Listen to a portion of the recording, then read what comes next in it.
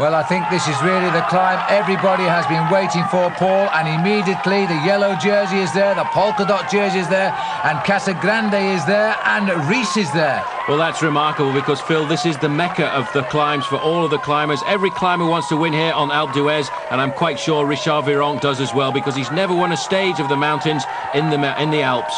That's right, but he has won 2 stages in the Pyrenees as he now dances behind Jan Ullrich. This rider certainly isn't afraid to carry that maillot jaune right at the front of affairs, is he? Well, it's amazing. He's now the leader of the Tour de France, and I would have thought that Bjarne Riis would have come to the front to help him out just a little bit, because he does need some encouragement. He does need somebody alongside him just to say, look, the team's here, we're still supporting you. He's still looking for Bjarne Riis. He constantly looks over his shoulder to see where Riis is. He is an amazing rider. It's almost as if he's the reluctant leader of the Tour. It's very strange to see him riding like this. There on the right-hand side is Elefantino, Marco Pantani, now nicknamed also El Pirato, the pirate. And he really is trying to put some pressure on these riders. Now he moves to the front, and Riis still looking very comfortable. Well, he too has scored big victories in the Pyrenees, now looking for a win in the Alps as well. This is a savage acceleration by Pantani. This is on the early slopes of the climb as well. Virenque is the answer to it. He's right with him, but I wonder what damage he's doing behind. Everybody is filed out behind Marco Pantani. Ullrich is there as well. We saw Pantani throw his hat off just before he came through to start this acceleration. And this is the secret of good climbers, Paul, the way they can accelerate.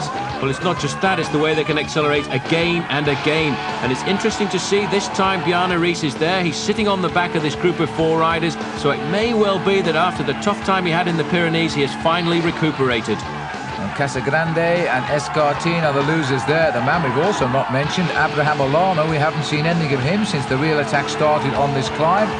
Now we've got these 4 riders going up the slopes. I have never seen so many people on this mountain, and I've seen every climb here except the one of Fausto Coppi. I'm not quite as old as 1952. But it was amazing driving here, you know, 40 kilometres, 25 miles of traffic jam just to get to the bottom of the slope here. It is remarkable. I think this is the greatest Alpe d'Huez we've witnessed in these recent years. A perfect day as well. It's very often cold on this mountain at the top, but it's beautiful today. You can see the shadows of the riders. Now Pantani is setting the pace and looking for help from no one at the moment. And Ullrich, who started the tempo at the bottom, now content to follow. These 4 riders looking pretty solid just now.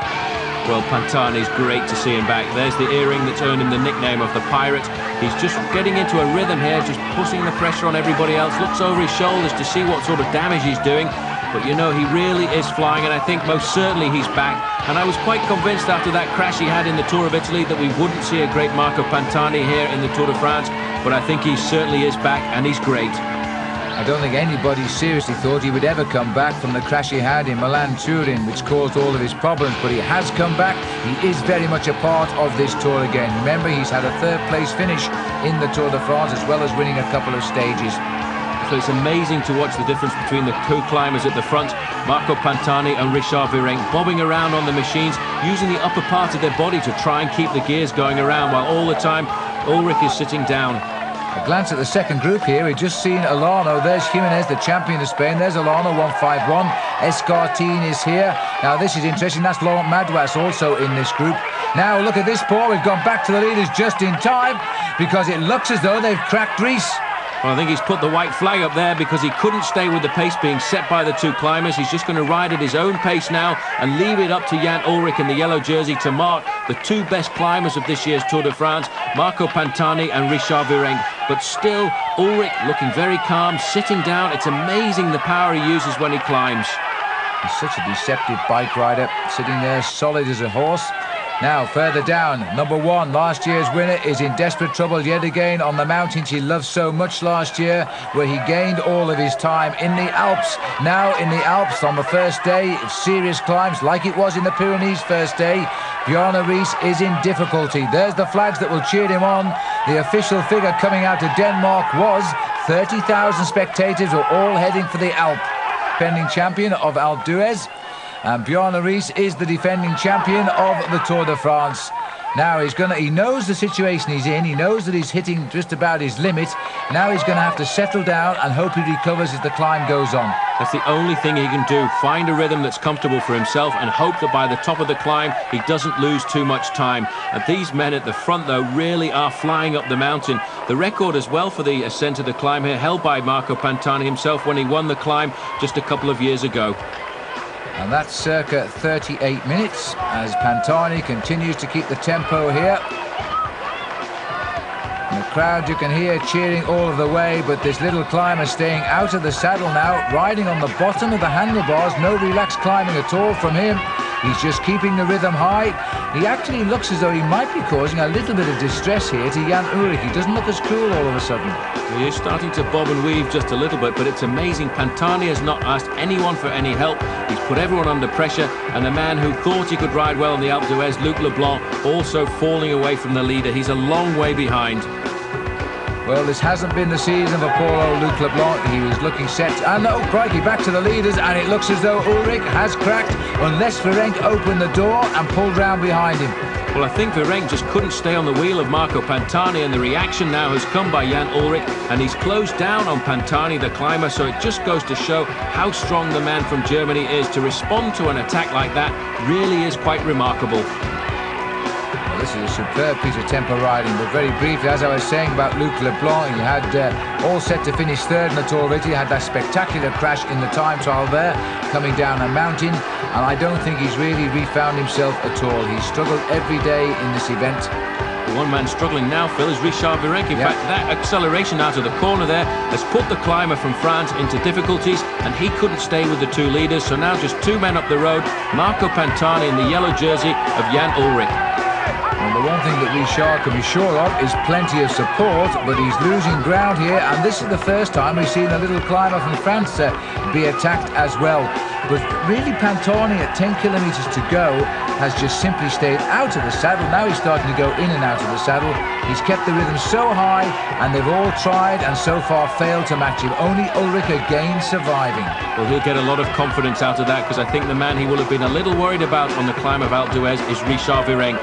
Once again, he gets out of the saddle, he accelerates, trying to put the pressure on Ullrich, because I think before the summit he'd like to get rid of this man from Germany. But look at the face on Richard Virenque. He's suffering like a dog, and all he can do now is just hope that he can pull himself back.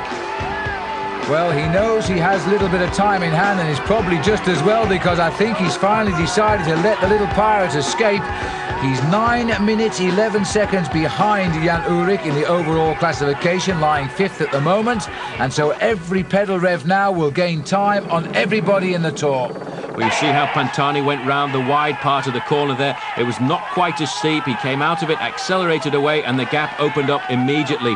Ullrich isn't panicking, though. He's just sitting there, setting a nice pace for himself, making sure that Pantani doesn't open up the gap too rapidly. So Marco Pantani is doing what I think just about everybody on this mountain came to see him do. This magic little climber go away from the rest of the race. He is now pedalling a higher place in the overall classification for sure. He's not going to damage the lead of Jan Ullrich today. Ullrich perhaps wisely knows that. He's not crucifying himself, trying to hold the back wheel of a man who is simply on a mission. And interestingly enough, that Roberto Conti rides on the same team now as Marco Pantani. Worked very well this year in the Tour of Italy, and I think he's having his best Tour de France in several years as well. But Pantani now, this victory is going to be equally as special to him as Zabel's revenge on his disqualification last week was to him, because this means he is back as a big-time climber. He didn't have time to see himself on the big screen there as he swung round the left-hand bend, but now he's going to win this stage the second time in succession, although there's a gap of 1 year in between.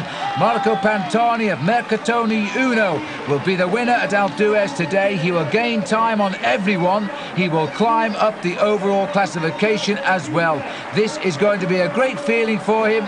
He gets the victory, 203 kilometres covered. He's the first to the top of the Alp, and the gap is around about half a minute for the next man. The Maillot Jaune of the Tour de France, Jan Ullrich, is coming home, and Ullrich again confirming he is most definitely the man to beat in this year's Tour, and I don't think anybody can or will. He grits his teeth. He really has suffered on this climb, but now he's become a complete all-round bike rider. 46 seconds the gap. amazing. He still had time to look over his shoulder to see what the time gap was. Richard Virenque has failed a little bit over the final kilometre. He's going to go almost 1.5 minutes behind the winner, Marco Pantani, but I think he'll be more worried about the fact of how much time he's lost to Jan Ullrich.